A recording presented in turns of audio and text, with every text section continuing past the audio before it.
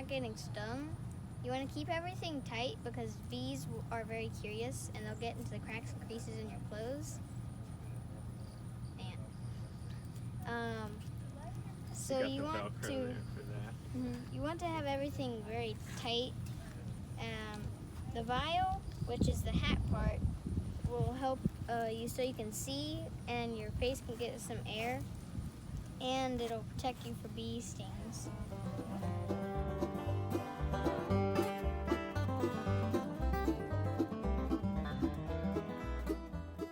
This is our hive tool, and it can be used for a lot of different things. It's going to help us open the top, and we can hook the frames and pull them out. So bees put some sticky stuff called propolis all along the cracks of everything. Helps seal it up and keeps them safe from other insects and things that want to get into their hive and steal their honey. So everything is kind of stuck together, so when we want to go in and look at it, we use this tool to kind of pry things apart. This is a hive rack we're going to put on the side of the hive, and as we take the frames out, we'll hang them here. We'll show you that more in a minute. And this is our smoker. So we're going to start a tiny little fire inside of here. This is some dry pine straw, and we'll take this with us. We'll put a little smoke around the hive and a little smoke around us, so that calms the bees down a little bit. It doesn't? What does it do? It makes them think that their hive might be burning, so then they go... That's not calming. Well, it makes them... They kind of go shut down a bit, and they will go and into the hive and start flapping their wings, so they don't really take much notice of you. Okay, so basically it makes them less... It distracts them. Maybe. Yeah, it distracts them. I see, yeah. Less likely to get stung. So we give this a little squeeze, it gives them some air. I'm glad you knew about that. Get close up. And then so when we give it some air, it shoots air in the bottom and makes the fire go a little bit more. So we're gonna close this, and now the smoke's just gonna come out of the top there. Okay. All right. And this cage around it is nice because then you don't touch the hot part.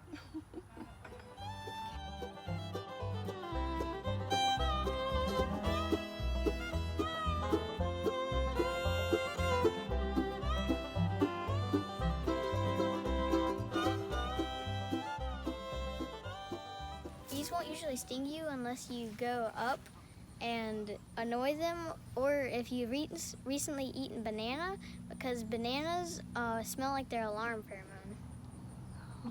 I've got my long sleeve shirt on in case any curious bees come over to me. Staying calm is the best course of action, and then also just respecting their space.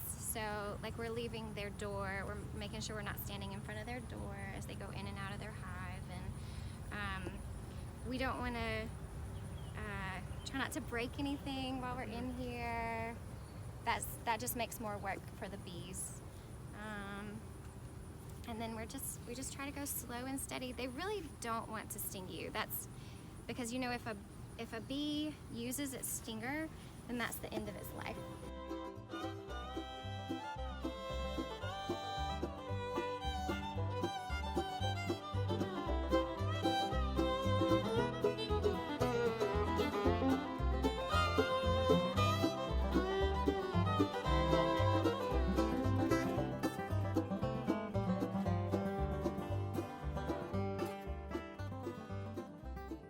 So you use the hive tool, you can scrape some propolis off so you can get it out, because sometimes they'll have propolis getting it together so you can't get it out. Yeah, you can even see some propolis sticking up right here. Okay, I see. It's real sticky. Very sticky. Yeah, if you get it on your clothes, you're probably not getting it off. Hey, there's one hive stuck to the top. I mean a frame. Oh, see that right there? Yeah. And one on this side too. Oh, that was me. Wow. Okay, so we just go slow and steady. We don't want to alarm them unnecessarily.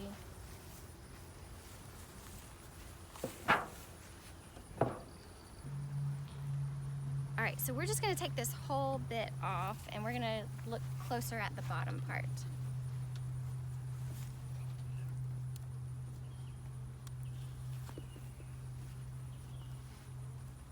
Good job. Oh, wow. Okay. Oh, wow. So cool. So this is the queen excluder. It makes sure that the queen can't get into The super. the super. So it keeps the queen in the bottom part.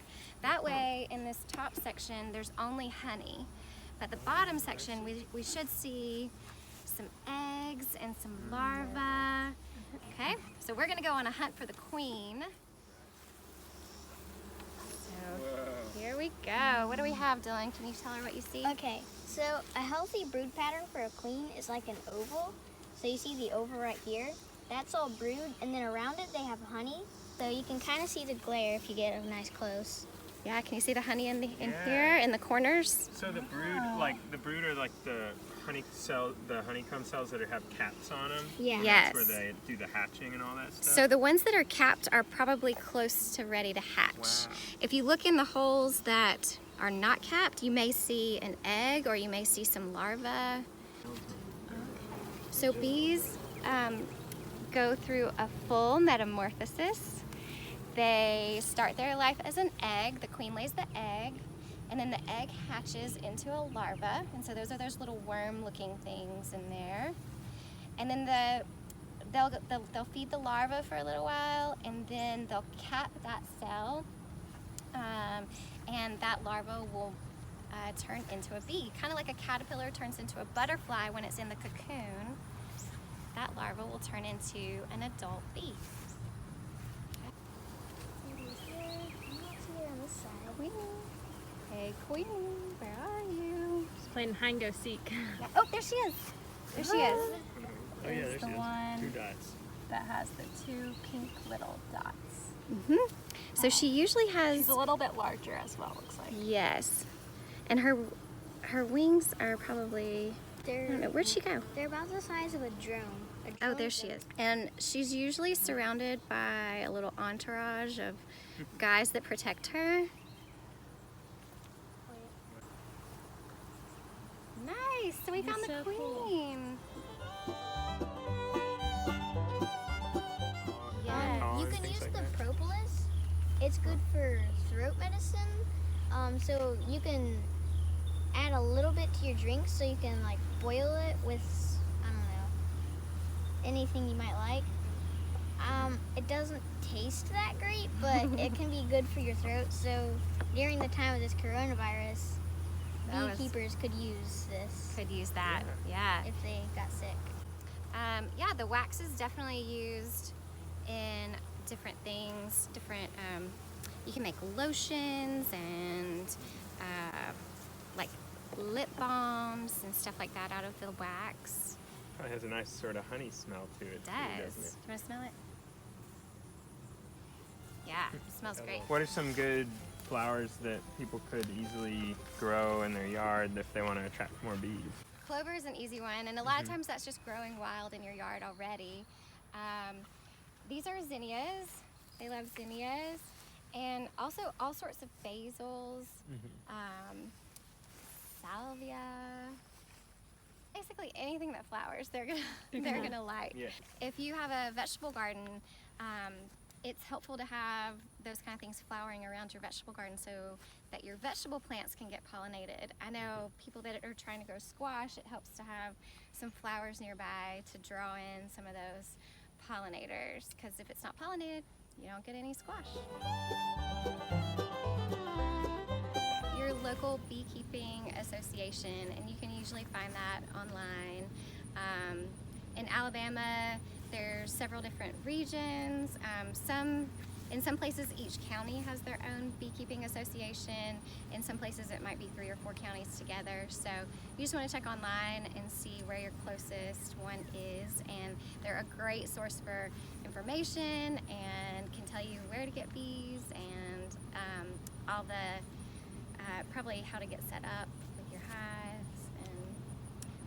We took a class actually from somebody that was in our local beekeeping association that helped us get started.